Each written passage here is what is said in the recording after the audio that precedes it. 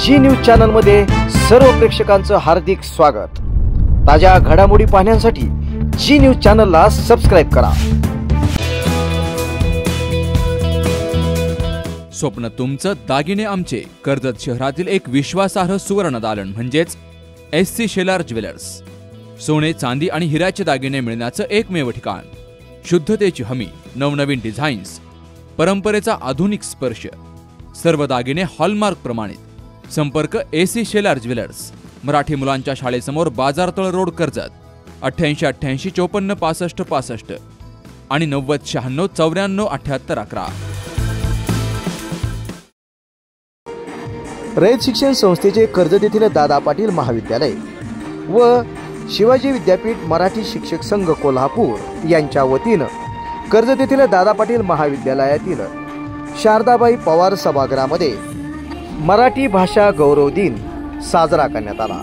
या निमित्ताने कवितेवर बोलू काही या विषयाच्या कार्यक्रमाचं आयोजन करण्यात आलं होतं। या कार्यक्रमाच्या अध्यक्षस्थानी प्राचार्य डॉक्टर संजय नगरकर हे होते, तर प्रमुख व्याख्याते म्हणून डॉक्टर संजय बोरुडे हे उपस्थित होते। यामध्ये वाचनाचे व्यसन जोपासले पाहिजे, ज्या महापुरुषांमुळे आपण शिकलो त्यांच्याविषयी आदरभाव ठेवावा असे यावेळी प्रतिपादन कवी, कथाकार, समीक्षक डॉक्टर संजय बोरुडे यांनी बोलताना केले। यावेळी प्राचार्य डॉक्टर संजय नगरकर यांनी बोलताना मराठी भाषा कानापासून मनापर्यंत पोहोचते याचे सविस्तर विवेचन यावेळी केले। या प्रसंगी शब्बीर शेख यांची देखील मनोगत झाले। या कार्यक्रमाकरता डॉक्टर शिवाजी शिंदे, डॉक्टर संजय ठुबे व उपप्राचार्य प्राध्यापक भागवत यादव यांच्यासह मोठ्या संख्येने विद्यार्थी उपस्थित होते। या कार्यक्रमाचे प्रास्ताविक मराठी विभाग प्रमुख प्राध्यापक सुखदेव कोल्हे यांनी केले, तर सूत्रसंचालन प्राध्यापक सीमा डोके व आभार डॉक्टर भारती काळे यांनी मानले। आपणच वाजवा। मंचावरच्या लोकांसाठी आपण टाळ्या वाजवतो किंवा दुसऱ्या लोकांसाठी टाळ्या वाजवतो, दुसऱ्यांच्या पालख्या वाजवतो, पण आपण स्वतःला जोपर्यंत स्वतःचा सन्मान करत नाही तोपर्यंत आपल्याबद्दलचा स्वतःच्या मनातल्या अस्मिता जागृत होत नाही। आपल्याबद्दलचा आदर आपण ठेवला तर दुसऱ्याबद्दलचा आदर आपल्याला व्यक्त करता येतो। एका सुनियोजित, अत्यंत सुसज्ज आणि मोठमोठ्या शहरात सुद्धा असे हॉल उपलब्ध नाहीत। इतका चांगल्या हॉलमध्ये तुम्ही आहात। ज्यावेळी मी इथं माझ्या जळगावला शिकायला होतो 7वी 8वी 9वी मध्ये, तर त्यावेळी मी इथं दादा पाटीलला यायचो, पण त्यावेळेची परिस्थिती आणि आताची परिस्थिती याच्यामध्ये जमीन आसमानाचा फरक आहे। सुरुवातीला एखाद्या म्हणजे एखाद्या माध्यमिक शाळेसारखं वाटणारं कॉलेजचं स्वरूप होतं आणि आता त्याचा पूर्ण कायापालट झालेला मी पाहतोय। आणि दुसरी महत्त्वाची बाब मला या निमित्ताने सांगावीशी वाटते की अत्यंत दुष्काळी भाग असलेला हा, त्यानंतर राखीव मतदारसंघ असल्यामुळं कायम विकासापासून वंचित राहिलेला हा भाग, आणि या भागामध्ये साहित्याची कुठलीही परंपरा नव्हती नाही।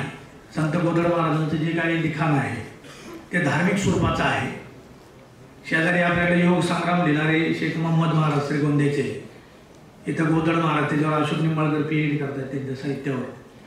तर त्याच्यानंतर मध्ये अनेक वर्ष गेली, इथं बाकी सगळं आलं। इथं व्हिडिओ पार्लर ज्यावेळेस सुरू झाले महाराष्ट्रात, पहिल्यांदा जेव्हा व्हिडिओ पार्लर आले त्यावेळी जर कर्जतला ते मुंजवाटी सेंटर आहे मोठं, तिथे एक व्हिडिओ पार्लर असायचा आणि अनेक लोक म्हणजे मोठमोठ्याला थिएटरला जशी गर्दी करत तशी त्या व्हिडिओ पार्लरला गर्दी करत, तो काळ मी पाहिलेला आहे।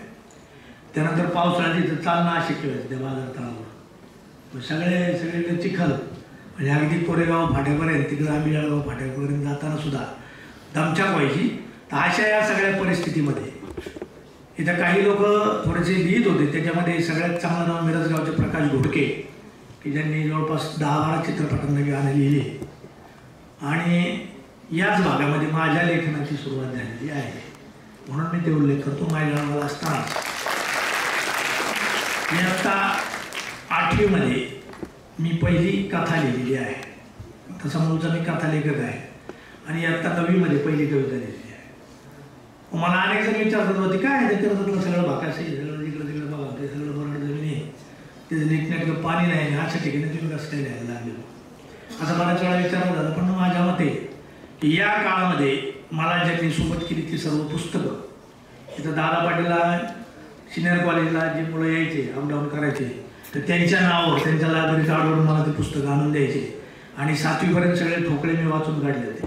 म्हणजे ययाती, छावा, मृत्युंजय, पहिलं महायुद्ध, हिटलर आणि त्याचे घर उत्तरला वर्गा जेव्हा लाल होते, अशी सर्व मोठमोठे जाळजळ ठोकळे जे आहेत त्या मुलांनी वाचले पण आम्ही वाचलेली होती. आणि झाडावर चढून वाचायची सुट्टीच्या दिवशी एक पिशवी घ्यायची, पिशवीत जेवढे पुस्तकं मला तुमच्याकडे घेऊन जायचे. सकाळी वर चढलं जेवायला खाली यायचं, संध्याकाळी तरी झाडावर खाली उतरायला अंधार पडायला लागला तोपर्यंत त्या पिशवीतल्या जवळपास सर्व पुस्तकांचा फडका पाडलेला असायचा. तर असं एक व्यसन त्या काळात लागलं आणि मला वाटतं तीच माझ्या लेखनाची सुरुवात असेल. म्हणून कर्जतच्या या भूमीचं मी काय करून व्यक्त करतो नेहमी जाताना. आणि आज इथं स्वतंत्र कार्यक्रमासाठी मला पाचारण केलं त्याबद्दल आमचे मित्रवर्य, आपल्या सर्वांचे लाडके प्राचार्य आणि हाराचे शिक्षक असलेले डॉक्टर संजय नगरकर सर, त्यांची सर्व टीम की या कॉलेजला न्यायचा दर्जा मला वाटतं अप्लस आहे ना, अप्लस दर्जा मिळून दिलेला आहे त्यांचे सर्व सहकार्य म्हणून त्या सर्वांचे आणि तुम्ही सर्व जणांचे, कारण तुम्हाला अजून माझं सगळं होईपर्यंत सहन करायचं आहे. तुम्हाला सर्वांचे मी हार्दिक मनापासून आभार व्यक्त करतो. आणि ज्या कुसुमाग्रजांच्या जयंतीच्या दिवशी आपण हा मराठी भाषा दिन साजरा करतो, त्यांची एक छोटीशी कविता आधी सांगतो. हिच्या संगानं जागल्या दऱ्या खोऱ्यातील शिळा, हिच्या संगानं जागल्या दऱ्या खोऱ्यातील शिळा. ज्या कवी कुसुमाग्रजांचा आज आपण या ठिकाणी जन्मदिन, राजभाषा मराठी गौरव दिन म्हणून साजरा करीत आहोत, त्या कवी कुसुमाग्रजांनी उर्फ भीमा शिरवाडकर, जे मराठीतील ज्ञानपीठ पुरस्कार विजेते लेखक,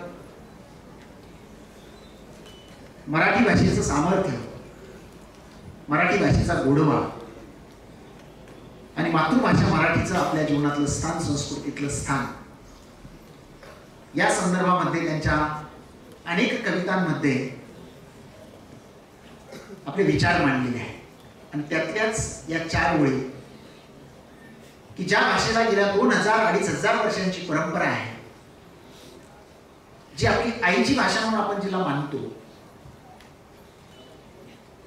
जन्मल्यापासून जी आपल्या श्वासाबरोबर आहे, अशा मातृभाषा माय मराठीचा गौरव करण्याच्या निमित्तानं आज आपण एकत्र आलेलो आहोत. खरं तर काल 27 फेब्रुवारी त्यांचा जन्मदिवस हा राजभाषा मराठी गौरव दिन म्हणून साजरा केला जातो. आपल्याकडे 12वी बोर्डाचा मोठा पेपर असल्यामुळे तो आपण आज घेत आहोत. आजच या ठिकाणी राष्ट्रीय विज्ञान दिन सर्वदूर साजरा होतो आहे.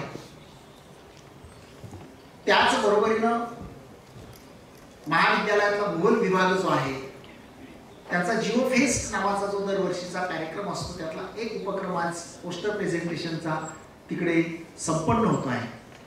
आणि आता सध्या दूरदृश्य प्रणालीच्या माध्यमातून गांधी विचार संस्कार केंद्र जळगाव यांचं एक व्याख्यान त्या ठिकाणी कुलकर्णी सर जे आहेत त्यांचंही चाललेलं आहे.